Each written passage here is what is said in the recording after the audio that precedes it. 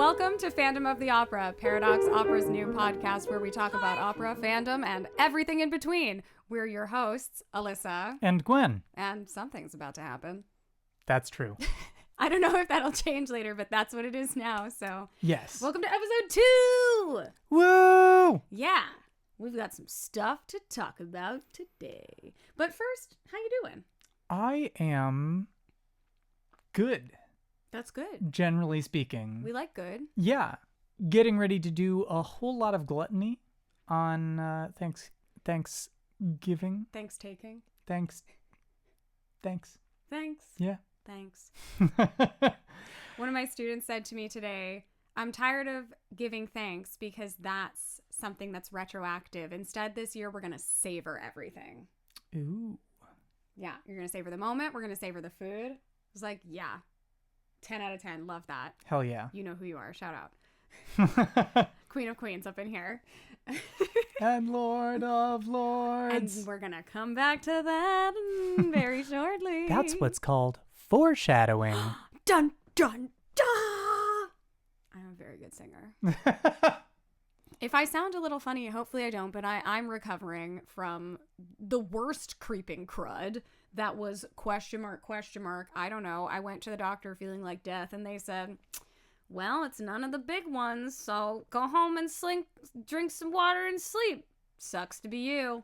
Yeah. And that's what I did. And if I sound a little funny, it's because I have a lifetime's worth of coping mechanisms that have taught me that being funny is what I need to do in order to be worthwhile as a human being.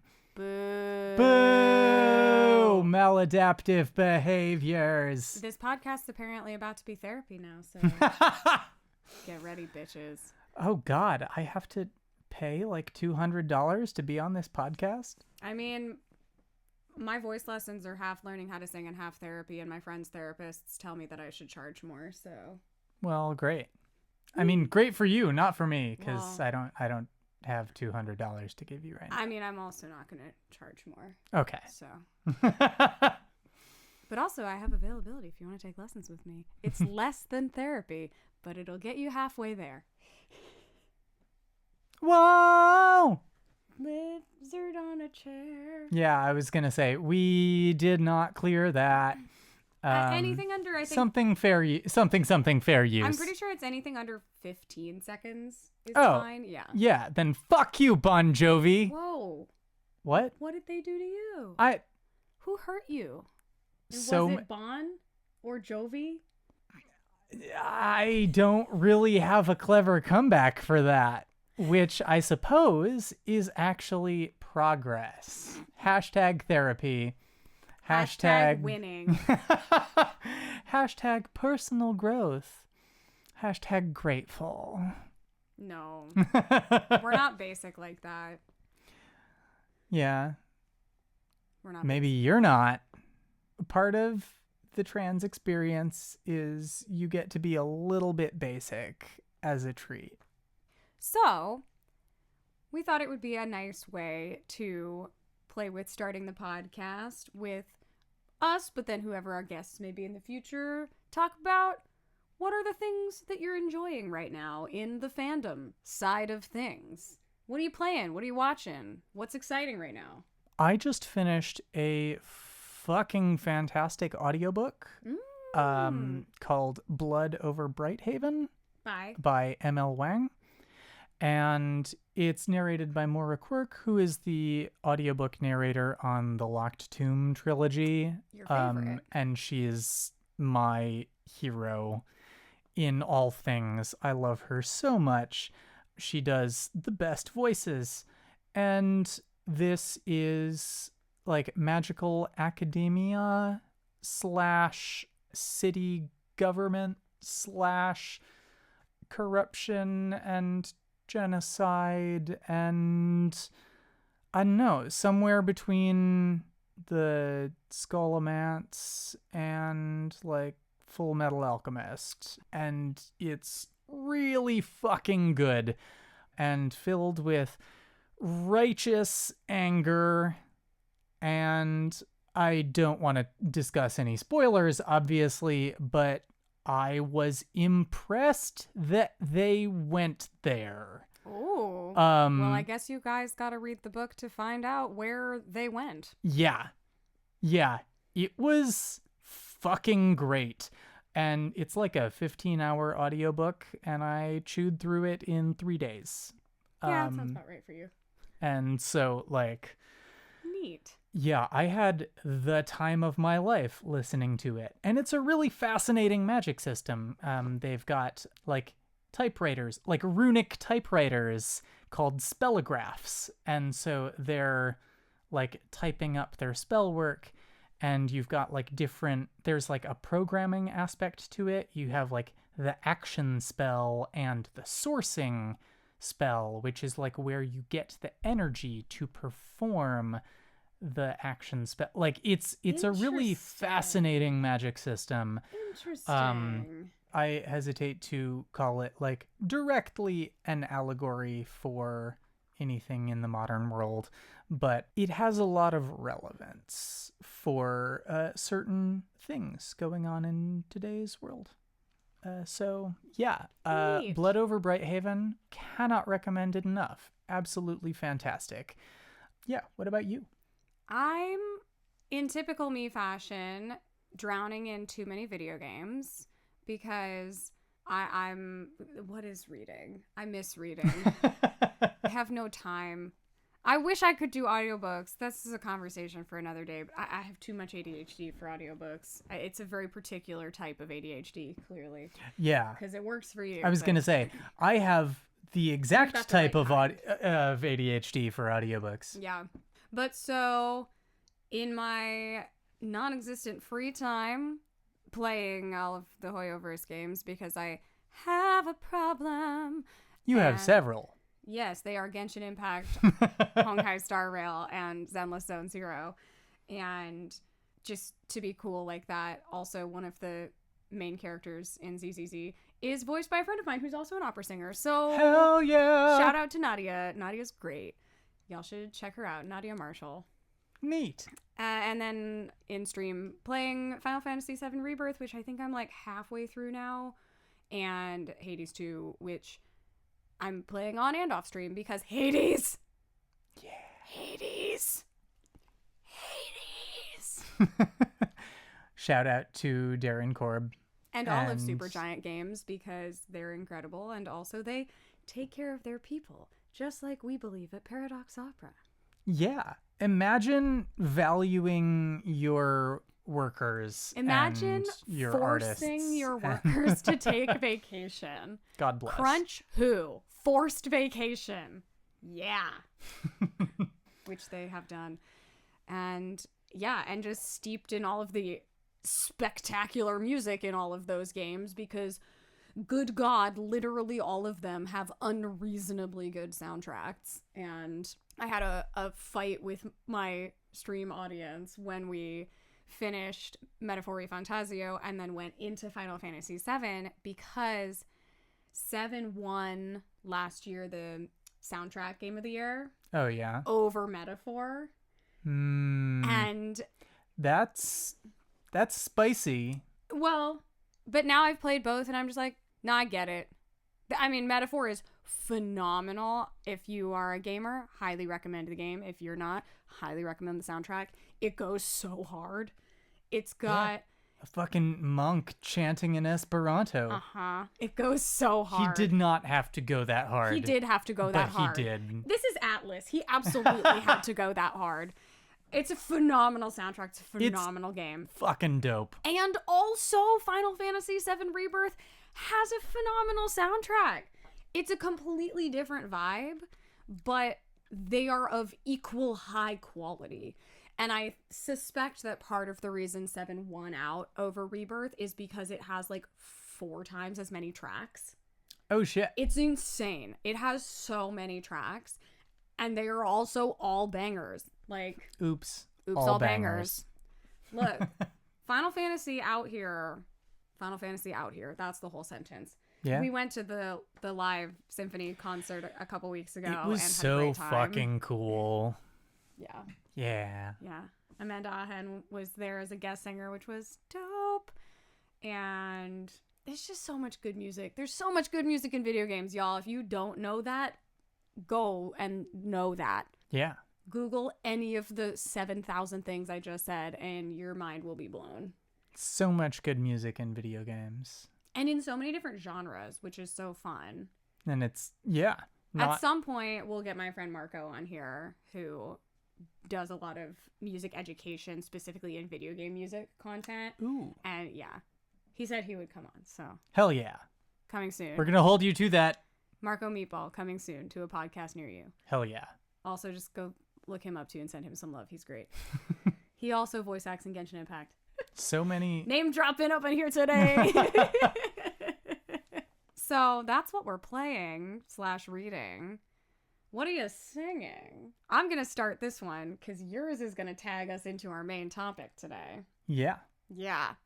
So obviously on a little bit of a break because the poor voice has been bad the last couple of days. But we're very excited that we're doing a Madrigal fundraiser for Paradox Opera in Hillsborough on December 19th. If you're in the area, please come and join us. It's going to be really fun.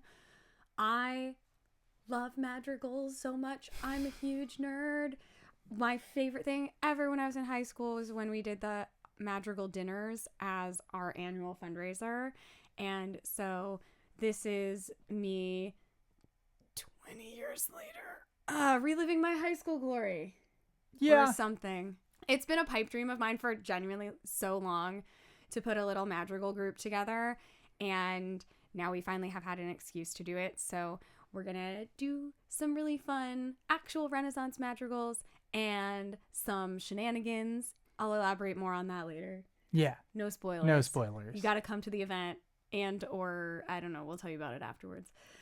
There may or may not be a kazoo involved. That's sort of a spoiler. It is a spoiler, but shh.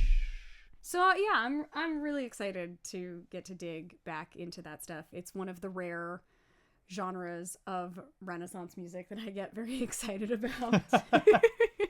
I can be a hater sometimes, but these bring me great joy, and I'm super stoked. Gwen is also singing in this quintet with me, along with a couple of other PXO faves, as well as some new faces.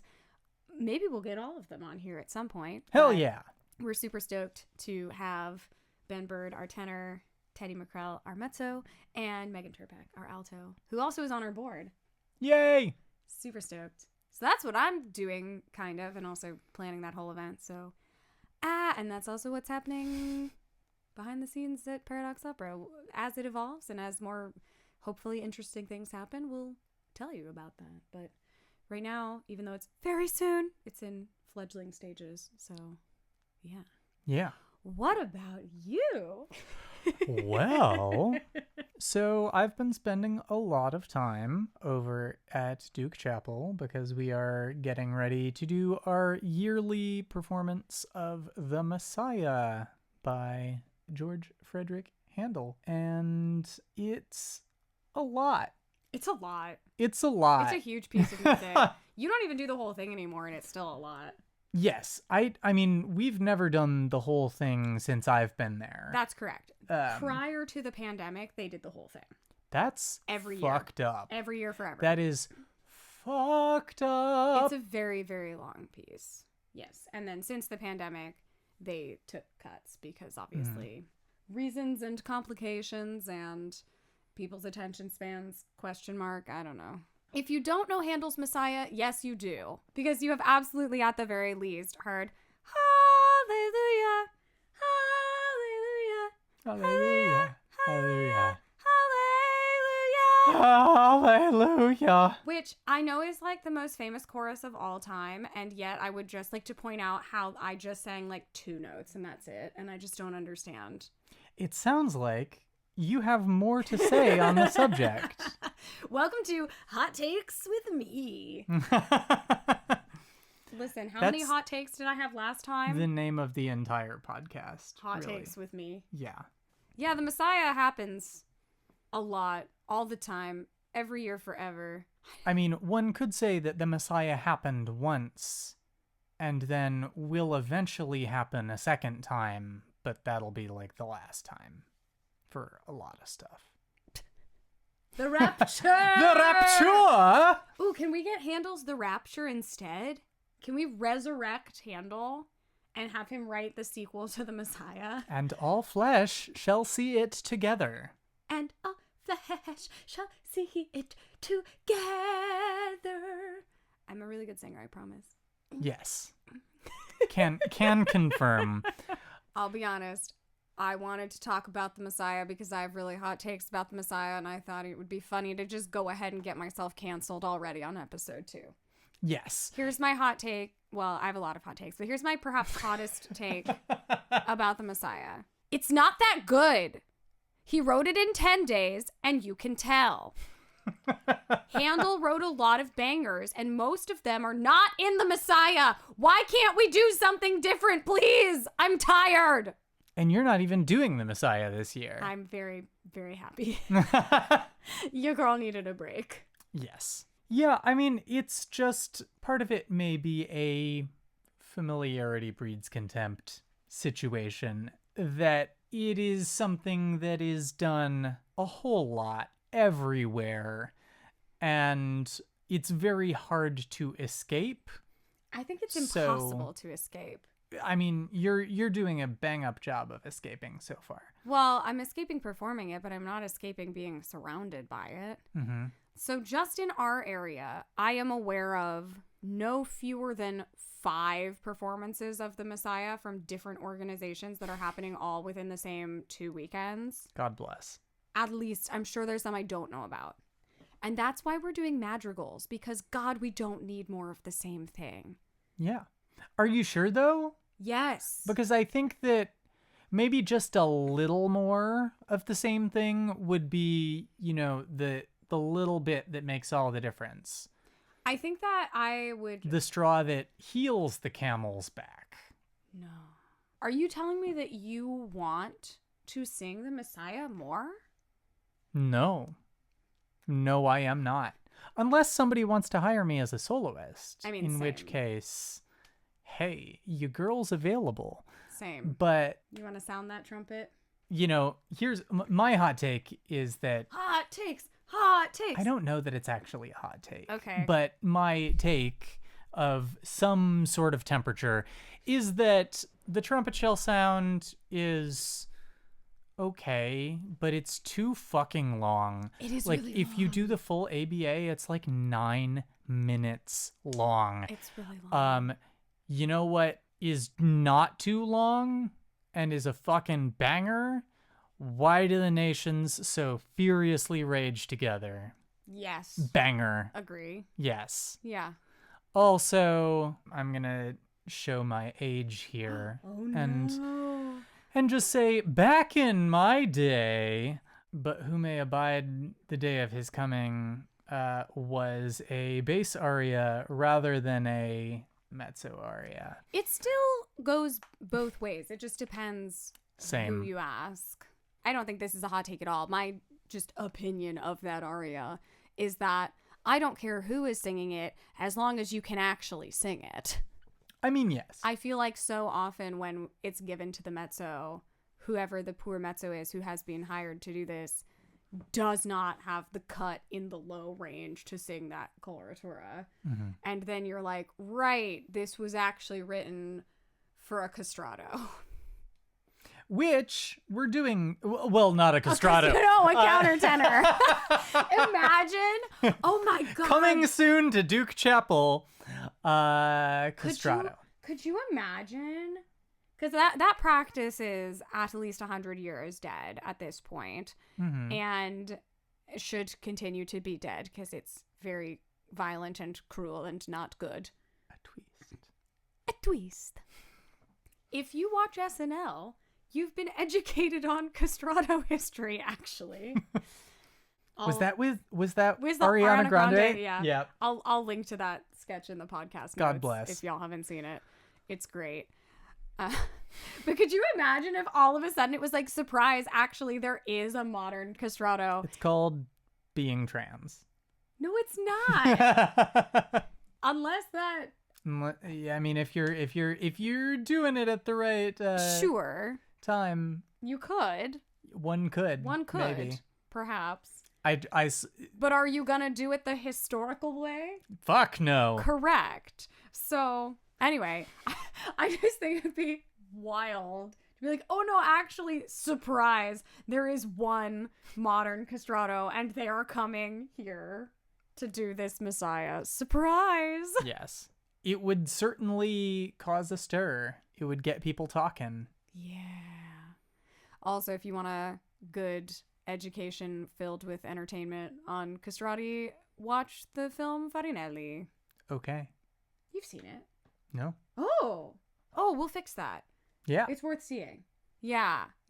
Highly recommend. Farinelli was the most famous castrato back when that was a very common practice. And obviously there's historical inaccuracies in the film, but it does quite a good job giving you a picture of what that all looked like. And the opening scene is brutal. It's exactly what you think it is. Hell yeah.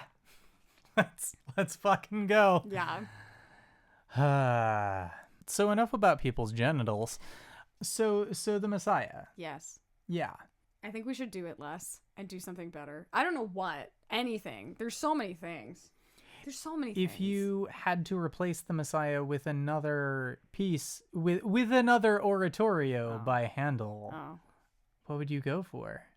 Well, I just did some excerpts of Handel's Esther. Hey! Which we should not do the whole thing of. We should not do that, actually. But there's some bangers in there. If you know the story of the Book of Esther, you will understand why Handel in particular probably didn't do the best job telling that whole story. I don't see what possible pitfalls 18th century white Christian man could fall into telling the story of an important Jewish historical event and holiday. Yeah, no, it's totally fine. Yeah. Totally fine. I will fully admit I actually don't know many other Handel oratorios. I am much more familiar with his operas because I don't care. To be quite frank, I am someone, to absolutely no one's surprise, who is much more interested in contemporary music. And so at this point in my life, if I didn't encounter it in school or I'm not being paid to do it, I probably don't know about it. And Fair. You can call me out if you want, and I also don't care. I don't know. What would you replace it with? If I had to pick something by Handel, I don't know what it would be, because there are like individual numbers by Handel that I'm sort of like, okay, yeah, Joshua has some bangers in it. Ooh, yeah. And Judas Maccabeus has some bangers in it. But in terms of a whole, no. I mean, why it gotta be Handel? I mean, just Bach's Christmas Oratorio. We were talking delight. about there were other things. Yeah. Like he did so much, and why the Messiah? But yeah, if I had to pick something to replace it with, you don't always gotta hand it to Berlioz, but L'Enfance du Christ is pretty dope. Okay. You know what also could be fun is Britain has several short Christmas-ish cantatas that could be done together. Those are lovely. The canticles, Oh, yeah. That's what they are, canticles. Nice. Do you know them? I am aware of their existence. They're really I could not pretty. tell you what they sound That like. would be fun. I would like that. See, I'm like, contemporary more stuff. more Britain in general. I mean, Look, I know he's dead, but I was contemporary gonna enough. say Contemporary enough. yes. Compared to Handel, Yeah. Benjamin Britten is pretty contemporary. He's contemporary enough that my former teacher studied with his husband. So, Yeah. we out here. We don't do nearly as much Bach as we do the Messiah. Bach's got some bangers. Again, Christmas Oratorio, lots of fun. Not done very often. We've done that duet that was 5,000 years long. It was. It was extremely long. It was so long. When we did it, they put it in the responsorial psalm place, and we were like, why would you put it here? Why? It's so long. I think it was also like 9 minutes long or something. Yeah. It was long. Yeah, I mean, that's the thing about Baroque ABA, a da capo aria. You like sing it through, you've got a B section, and then you go back and you sing the first part again, and it's... And sometimes there's embellishments. Yes, there really should be, because if you're just singing the same thing that you have sung exactly the same way, then why are you doing it? Just why? Why Ooh, boy. exactly? Oh boy, but embellishments? Oh boy, but we want to talk about hot takes about embellishments though. All right, so let's. Okay. I mean, that's what we're here for. Great. You got to be tasteful. If you're doing... I'm out. If you're doing secular music, be gaudy, do whatever you want. I don't care. It's about you. Be the diva. If you're doing sacred music, no. I don't like it. If you make it about you, I'm checked out. It's a huge turnoff for me. I know that is genuinely a really hot take. Some people will agree, some people will not. I have fought with people about this. But in my opinion, no matter what you believe, if you're doing sacred music, it's not in service of you. It is in service of whatever the folks are worshiping. The people who are there probably believe some variety of what you're presenting. So it needs to be about God or whatever it's about, you know? Yeah. And so huge fan of embellishments that are tasteful and that all the time, I think they should make some amount of sense with the text, but in particular with sacred music. If you're enhancing the text, because it's repeating, you have embellishments that will heighten the text, make people listen differently, and still keep the text clear. Huge fan of that. Completely making it unrecognizable. Barftown, USA. Do not come to my house with that shit. I mean, if they're doing sacred music, they probably wouldn't be coming to your house because they would be in a church. My house or synagogue is that of the devil, so they would not come here. You heard it here first, folks. We live in the devil's house. I mean, lesbians, trans people, a lot of those people very much think that we live in the devil's house. And you know what? It's hot here. Yeah, and that's not just because we don't have the fan on in Alyssa's office. So, embellishments. Don't be a coward. Opt down. Ooh, okay, yeah. I said it. I said what I said.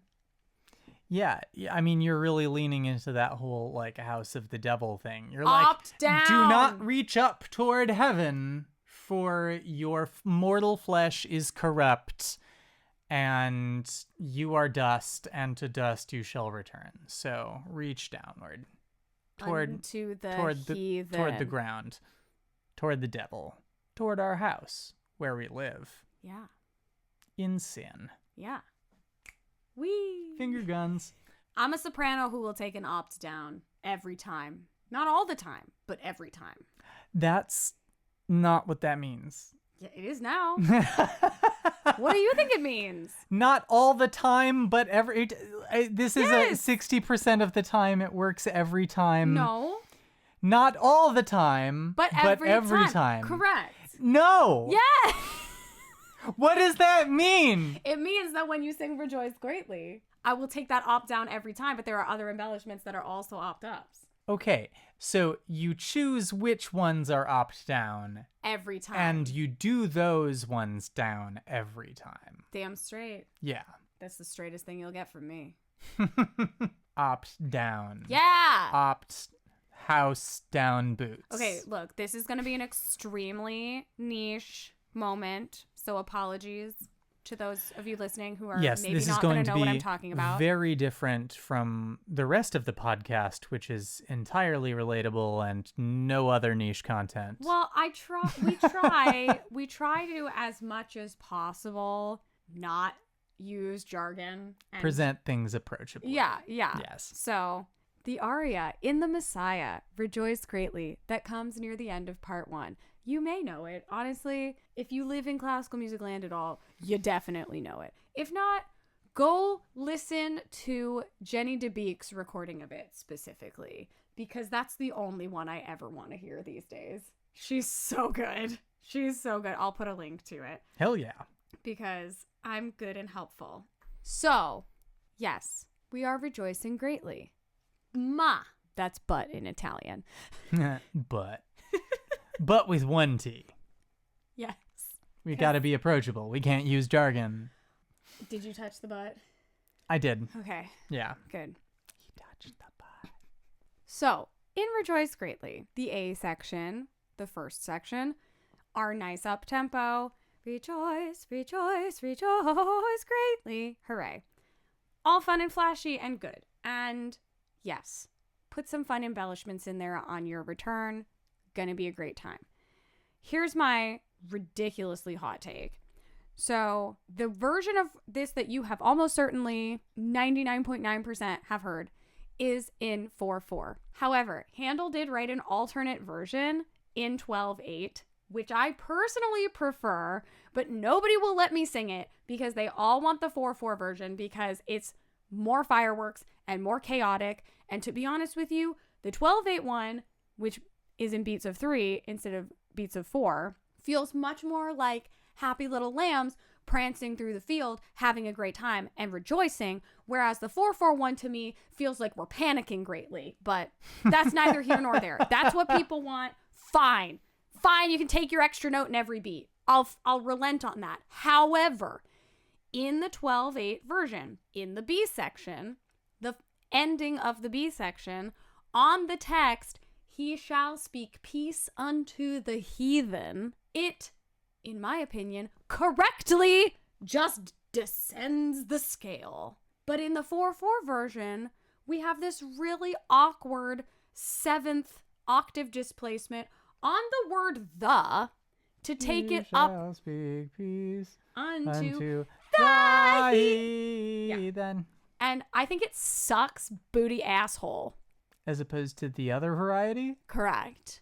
And that is Great. What's written in the 4/4 version. And I just think it's trash garbage. I don't think it makes any sense with the text. I think that it was written because some soprano in 1700 whatever was like, wham, boo-hoo, I don't want to sing low notes. I want to sing high notes. Give me more high notes. So he wrote that. And I think, as a soprano, that y'all got to get good and sing the low notes, okay? It's not all about the high notes. It's about the low notes too. Get good, scrubs. So I will take that opt down in the 4/4 version every time, and I'll die on that hill because it is so much better, in my opinion, objectively better, to sing, he shall speak peace unto the heathen. And then you go on and you add the fun embellishments and the rejoicing later. You can sing high notes later. Rejoice, we don't need it there. You can add it later. Shout if you must, you know. Shout if you must. If you must. If you must. If you must. But keep it tasteful. I don't like a cadenza either. I don't think it's tasteful. In this particular... Yes. Yes. In Rejoice Greatly, in this particular genre, I do not find a cadenza to be tasteful. Love a cadenza in something else, but not this. I've heard people do it, and I feel like it just puts the brakes on the momentum in a way that bothers me. And then again, it's like, oh, it's about me. And it's like, no, it's about the Lord. Get the fuck over yourself. I've said it. Cancel me if you want. I don't care. Or hire me. I'll take either. I'd prefer the latter. I'm available. Yeah. You can hear my opt down anytime if you hire me. It's also, I think, on the internet. Maybe I posted that video. I don't remember. I genuinely don't remember. I sang with the Durham Symphony last year and did it. Thank you for coming to my TED Talk. You can call her Flo Rida because of how she's going down for real. With the Gators. On those opt-downs. Wrangling the Gators down there on those opt-downs. Look, it's a callback! A callback to what exactly? Last week's episode! Oh, I don't remember that far.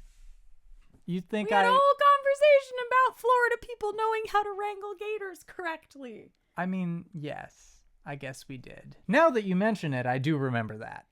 Good callback. I'm very proud of you. Something, something, memory of a mayfly. You're doing great, sweetie. Doing great. I am just having the time of my life. Good. And I've never felt this way before. And I owe it all to you. Good. It's okay. You don't need any more lyrics. Yeah, it's fine because I don't know any of them. It's just had the time of my life. So now that I've ranted about the Messiah TM, do you have any more thoughts and prayers? I don't know. You know what? I was going to say, I could stand to hear you rant more about the Messiah because we've touched on a couple things, but I feel like you have more to say. Yeah. The choruses, hoo boy. Handel, now this is not a Messiah exclusive problem. This is a general Handel chorus problem. I know you're dead, but my brother in Christ, what made you think that dozens of singers could sing complicated coloratura at speed and not suck? What made you think that? I mean, I would not be surprised if the tempi in Handel's day were slower than some of the tempi we are taking. Still, there are so many movements. You may not know these movements. There are so many movements in the Messiah that are... I think that's the worst one, to be honest with you. That one sucks. All we like sheep. Those patterns, he does this really cruel thing where he'll give you a pattern which turns into a sequence, except that it's not, because then he changes it. So you can't just actually sing a sequence. He's such a bitch. It's hard as hell to do those lines as a soloist, as a professional. I genuinely do not know how anybody back then or now thinks that a giant choir, even of professionals, let alone a mix or an entire amateur choir, is gonna sing those runs and have them sound clean, like anything other than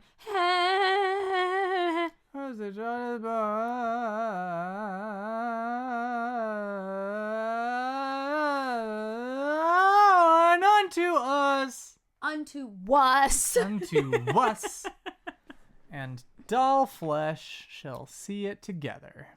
It's a challenge, and I genuinely don't know enough historically to know what the size of the choirs would have been when this was being performed in Handel's day.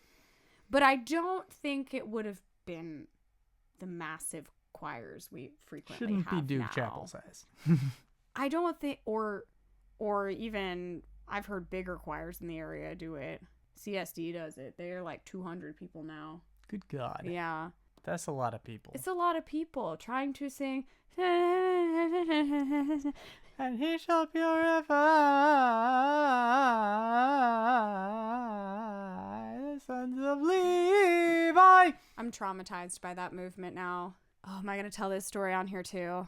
I mean, it sounds like you're about to. Okay, I've told this on TikTok before, so if anyone has followed me for a while, this isn't news. But a couple of years ago, during the performance of The Messiah at Duke Chapel, we were on risers with backs. So if you were in the back row of the riser, there was no escape. This is very important. No escape. None. And I was, of course, in the back row. Call her Jean-Paul Sartre the way there was no exit. None. And we get to that movement, which is, I believe, movement 7 out of 16 in part 1 before... Out of 40. Well, yes, but before there's an intermission. It just feels like 40. Oh, yeah. I don't know that that's the actual number. There's 16. Yeah. I know this very intimately. For reasons. So we're doing our performance and we're vibing and we get to the beginning of He Shall Purify And my body in that moment said, he shall purify your bowels right the fuck now. Panic, my friends. I thought I was going to perish on the spot in this moment. So I get through the movement. There's the musical movement. Yes.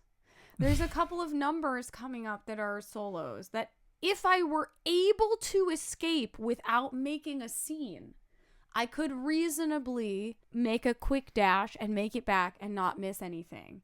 However, I am capital T trapped. There is no possible way that I can escape these risers without making a huge scene. So my options are make a fool of myself by making a huge scene in the middle of a massive performance for thousands and thousands of people, or risk shitting myself on stage.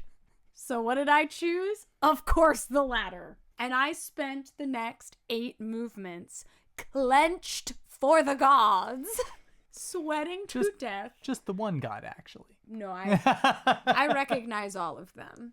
Truly, I am in excruciating pain. I am panicking. I am sweating to death. Thank God I'm still wearing a mask, so nobody can see the pure panic in my face. If they looked in my eyes, they would know that I had, in fact, seen God. Whoo! So I'm like, we can make it. We can make it. I'm doing my best to try to sing all of this complicated coloratura and not shit my pants on stage.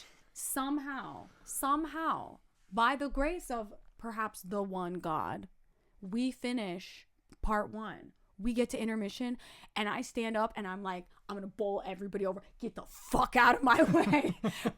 Book it off stage. We make it. We're fine. We did not have the worst.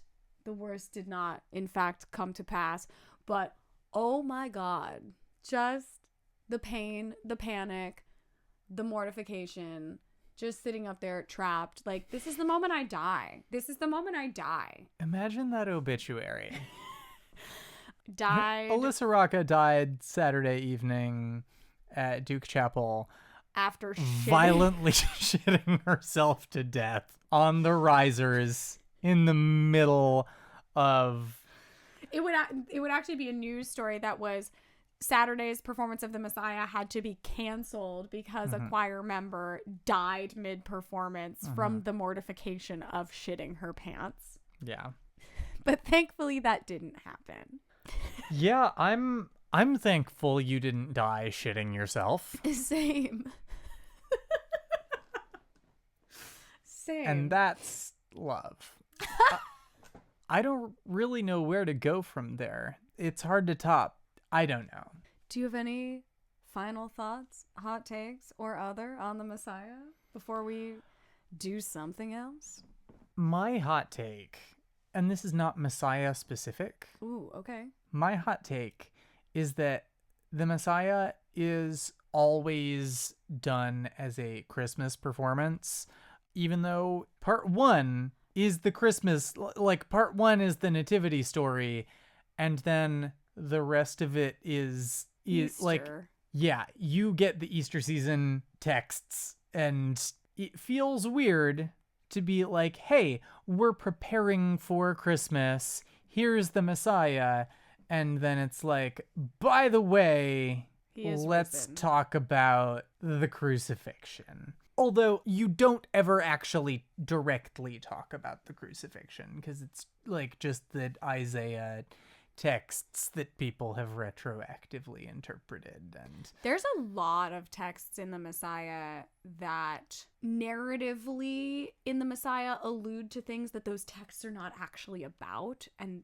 that's an interesting thing to dive into. Yeah, I think the Messiah has contributed a lot to Christians thinking of Isaiah as this specifically, like, this is specifically predicting Jesus Christ. And then you have all of Judaism being like, no, actually, no, that's not what it's doing at all. So, yeah. And even things like the text to I Know That My Redeemer Liveth, which is used as the like, yay, Jesus is alive again, Easter. That text is from Job and is absolutely not at all about the resurrection. And the worms destroy this body. Yeah. Hell yeah. If that is a topic that interests y'all, highly recommend doing some research on it. It's fascinating. Yeah, I guess I've kind of answered my own question, because the Christmas stuff does have the like gospel texts in it. And then all of the other stuff is Old Testament things that are being interpreted to be like, hey, this is what's standing in for, like, worthy is the lamb that was slain. And in the Christian tradition, it is very much being used as a stand-in for like Lent and the Good Friday and the resurrection on Easter Sunday and all of that. But there's still a level of separation there, I guess. I guess that's why it's more heavily associated with Christmas, because you have the specificity there and then like not the specificity later, but it's still sort of like, this could be done other times of year, and I've very rarely seen it done. So here's the question to put a button on it. When should the Messiah be done? And is the answer never again? I just kind of think that if you're doing it at Christmas, you just like, you could keep it to part 1. And that's got most of the ones that people are most familiar with the exception of the Hallelujah chorus. I was like say, you would tack on the Hallelujah chorus because it's like illegal to do the Messiah and not do the Hallelujah chorus, which makes me really want to. Like, just do part 1 and then it's over forever. Nothing else. No, just honestly, do the whole Messiah and cut the Hallelujah chorus. Yes, I was gonna say the absolute fuckery of, this is the only situation in which I would be willing to do the whole Messiah because it's so fucking long. That's cruel. If you do the entire thing and cut the Hallelujah chorus just to fuck with the audience. I think that you would cause World War III. I would be drawn and quartered. Yeah. Like, I think that would be a criminal offense, probably. Not that I think that personally, but I think that enough people would consider it. Yeah. We would be having the Rite of Spring style riots. Yes. People are like, they didn't do the song. Yeah. They did all the songs except the one. Yeah. Like if they had ended the Final Fantasy concert and not done One Winged Angel as the encore, people would have been upset. And I think that probably the same thing would happen, which is that while they were drawing and quartering you, the audience would sing the Hallelujah. Yes. They would all stand up. Yeah. Well, because they would have to. Yeah. Yeah. It's the rule. Yeah. I think it's a dumb rule.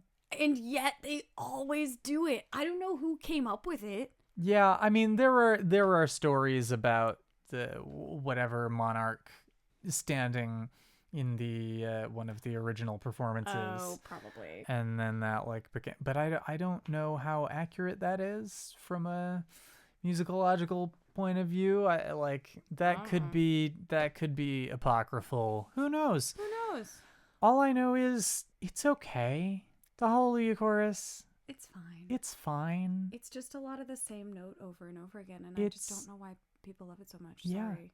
I mean, like, we're already kind of saying that the Messiah as a whole is overrated. It is. But I think that part of the reason that it's overrated is that the Hallelujah chorus is synonymous with it in way. And that's honestly, like, there are other parts of the Messiah that I like so much more. Yeah, and like, to be clear, I do think there are good parts of the Messiah. I don't think that the whole thing is trash.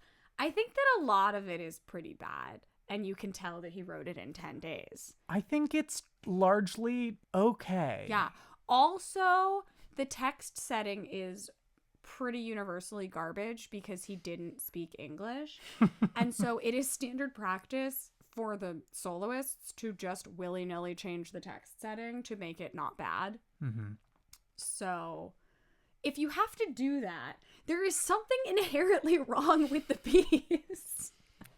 If I have to do more work to make your music good and also make sense, we have a problem here. Yeah, I think that oratorio as a whole is a really fascinating concept, and I think that we need more.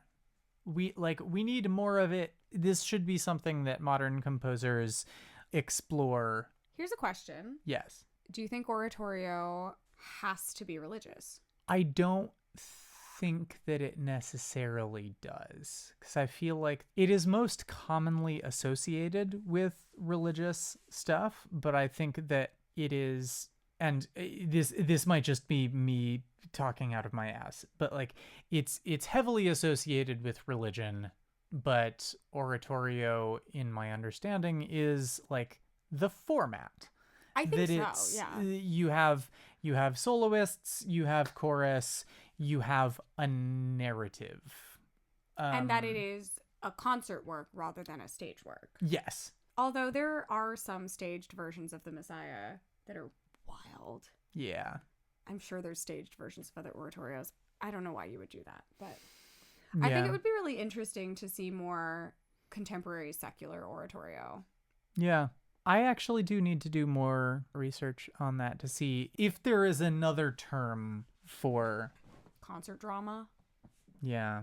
I mean, I've done that. I think that that's awesome because it's one of the things that makes opera difficult or like expensive to produce is the fact that you have all of these costs for like you're doing a concert, but you're also doing a play, and you have all of these different aspects that you have to, like, you need a set and costumes and a stage director and all of this stuff, and that, like, oratorio, you are still telling a narrative story, but it kind of shaves things down a bit. Like, it streamlines things in a way that could make it more feasible for a smaller organization to do. I think that also is largely dependent on the forces of the piece as well, though. Yeah. Because most of the cost is that anyway. Yeah. If you pay people a living wage, that is. I mean, what? But also, you have to think about your storytelling in a different way, because if you are assuming that it must stand on its own with no sets and costumes and staging, you've got to be able to write both with your text and with the music, something that's really compelling in its bare bones form. Mm-hmm. And that's a very different type of challenge, especially these days. Yeah. So I think it works best if you kind of embrace the artifice of it, that a composer wouldn't be treating it as just like, this is La Boheme without costumes and sets and staging. The form informs the content. Yeah, absolutely. The restrictions of the format change the way that you tell your story. Right, exactly. There's a lot of like really interesting potential for that. So I would love to do more modern oratorio, either sacred or secular, because I think it's a really fascinating format, and the restriction offers a lot of potential for creative solutions. Would you call Carmina Burana an oratorio? I personally would. I think it is. I don't. Yeah, I'm like, I don't know if. And that's secular. Would technically be qualified as that, but like. I think it is. Yeah, it's I mean, vaguely like, narrative. I mean, it's the Wheel of Fortune. Yeah, and it is the wheel rolling. Like, it does have form. Mm-hmm. Let's see what Google says. Okay, Wikipedia says it's a cantata, which I don't know if I agree with that either. I mean, but is that what it's called like is Wikipedia making the argument that it can't be called an oratorio if it is not sacred? I don't know. Okay, so dictionary says oratorio is typically a narrative on a religious theme. Typically. Yeah. So, yeah. So I don't think it has to be. It's just that it usually is. So what's the difference? Yeah, see, okay. This is why I don't agree with this. Because generally the internet is saying the difference between an oratorio and a cantata is that a cantata is much shorter and usually has smaller forces, and that's absolutely not the case for Carmina. Yeah. Carmina is a large choral work, like with soloists and orchestra. I think I'm gonna fight about that. Yeah.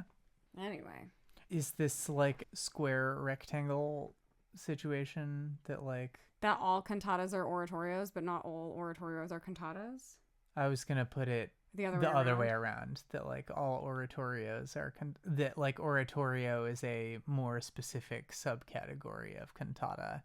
Because cantata literally just means sung. Yeah. I don't know. Get in the comments. Get in the comments. Yeah. Who the fuck knows?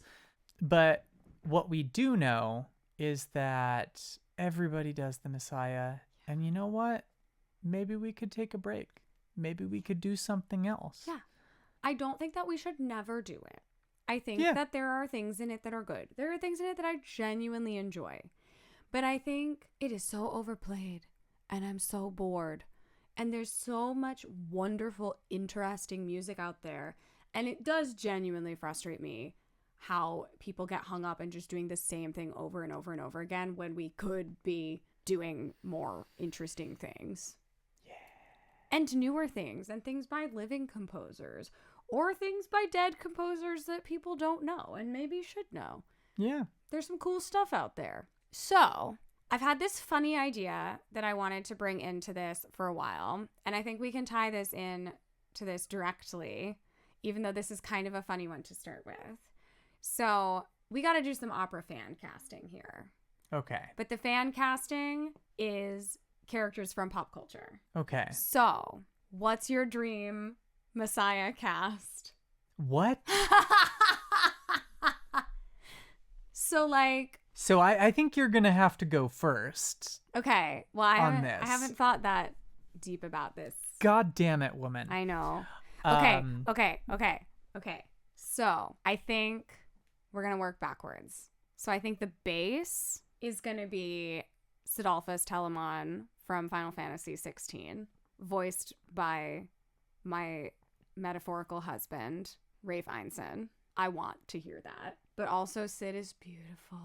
So I also want to see that. So I'm perplexed. You're perplexed. Yes. Okay. We're just thinking of pop culture figures that we would like to see. That's correct. As the soloist? Yes. Okay. That's correct. All right. And it doesn't have to make sense. Great. And they don't have to be from the same franchise. Great. So, yes. Okay. So that's my bass. I'm skipping around because I just had a brilliant idea. My alto is going to be a countertenor, and it is specifically Orpheus from Supergiant's Hades. Okay. Right? Again, second time this podcast, shout out Darren Korb. Now, the tenor and the soprano, I gotta think a little bit more, because I want a nice light, clean tenor personally for my Messiah. This is not the kind of tenor that I want guns a-blazing. We gotta take it down a notch. It's nice, gentle, graceful. Yeah, the Messiah doesn't have any guns in it. Are you sure? I mean, we are in America, so... Yeah. Anyway... It wasn't composed to include guns, a la the 1812 overture. But that's cannons. A cannon is a gun! A big gun. Yeah! You're agreeing with me. Thank you for agreeing. Yeah, sure. Let's go with that. Let's go with that. So I need a tenor and I need a soprano. Yeah. So I think that just because it would be hilarious, I don't actually know if it would be good, but in a weird way, it would bring me joy. We got to go with Cloud from Final Fantasy VII. Okay. But he has to be wearing his honeybee end dress. Great. Just because. Just because. Just because. Just because. Yeah. Because I said so is why. Yeah. Yeah. She's like, I don't know what the hell you're talking about, girl. I mean, I think this is difficult in a way because the soloists aren't discrete characters. Well, sure. Like they're all taking turns narrating the same stuff. And my soprano is Juna from Metaphor Refantasio. I did it. Hell yeah. I want to be her. I want to cosplay her. She's great. Yeah. Highly recommend. Once again, circling back to that. Play that game. Or just listen to the soundtrack. It's really good. So that's my Messiah fan casting. Great. We got Juna. We got Orpheus. We got Cloud in a dress. And we got Sidolphus Telamon from Final Fantasy 16. Don't worry. We'll do this with operas with more cohesive characters in the future. I hope you find this entertaining. And maybe I'll actually give people forewarning. Yeah, maybe we'll think about this in advance. Although that does seem to... That's homework. It's less fun. Okay, go. All right. I think that the soprano soloist should be Glinda from Wicked. Go in a totally different direction. Okay. Yeah. All right. I like it. Yeah. All right. Man, she's going to do the shitty embellishments. I know it. Yeah, because she's a garbage human. That bitch. And, I mean, fuck it. You can have the mezzo be Elphaba. Oh, no. So the two of them, the soprano and mezzo soloist, are just, like, lesing out on stage. So He Shall Feed His Flock will finally be the highlight that it deserves to be. Oh my god. He Shall Feed His Flock is the for good of the Messiah. We're trying so hard to make this relevant. I'm not. All my references are niche as fuck. I just hope these people are cool or they're willing to Google it. Yeah. You're still cool if you don't know those things. But you'll be cooler if you do learn because they're good and they'll make your soul happy. Yeah. For the bass, I think... Now I'm having trouble, like... There's too much switching out of Wicked. They can all be from Wicked. You can just say Wicked is the Messiah now. I mean, it's honestly played to death about the same amount suffered more than Jesus. I mean, in this current timeline, Elphaba is Jesus. Cynthia Erivo played Jesus. Oh, that's true. In Jesus Christ Superstar about 5 seconds after playing Elphaba in Wicked. So... literally. Yeah. Yeah, actually, just for the sake of blasphemy, the tenor soloist is Judas from Jesus Christ Superstar. Judas, no. And yeah, I'm just going full Broadway here. So fuck it, we ball. The bass soloist is Hades from Hades Town. Yes, correct. Hell, it could be kind of any iteration of Hades. Not from Hercules, though. No. From Hades. Hades from Hades Town. Mm-hmm. There's probably other iterations of Hades. Those are actually the only ones that I know that could do it. Yeah. Yeah. Yeah. I like it. I like it. We did it. We can keep it to those two, because I think most of the other iterations of Hades as a character that I can think of just cast him like as a one-dimensional, like as a traditional villain, and that's Hades is not very much not what he is. No, he's not a villain.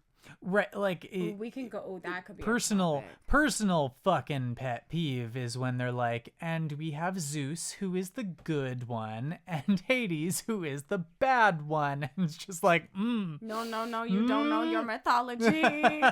You don't know your mythology. Yeah. One of them did a lot of sexual assault, and the other one just got the underworld. And also, depending on the version of the story you read, he did some sexual assault, but it was just the one. And Zeus and Poseidon are...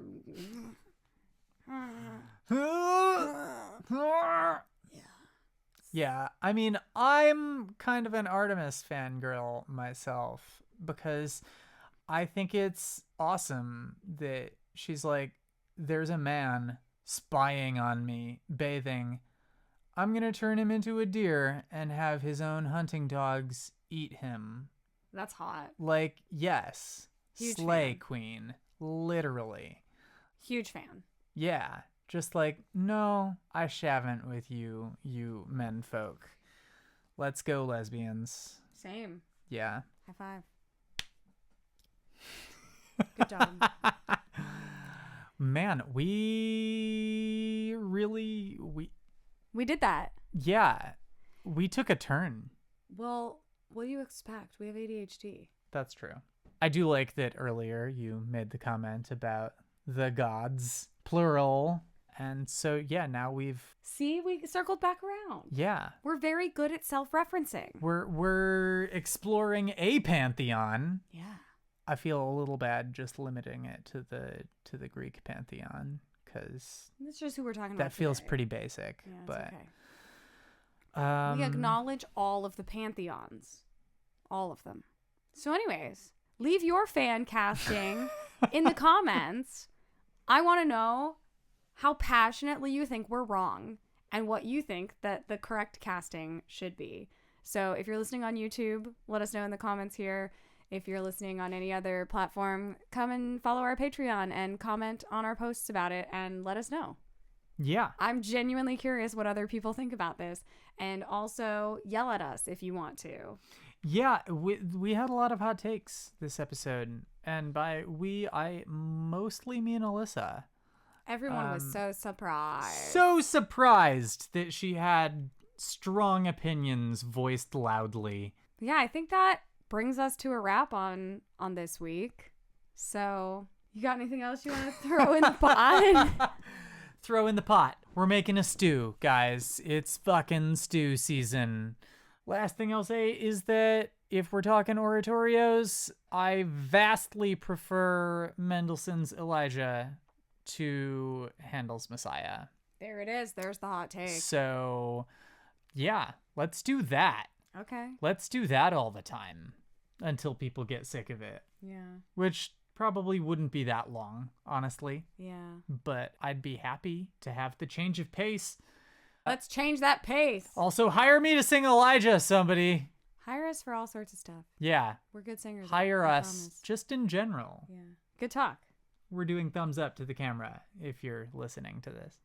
It's an auditory medium. You've been listening to Fandom of the Opera.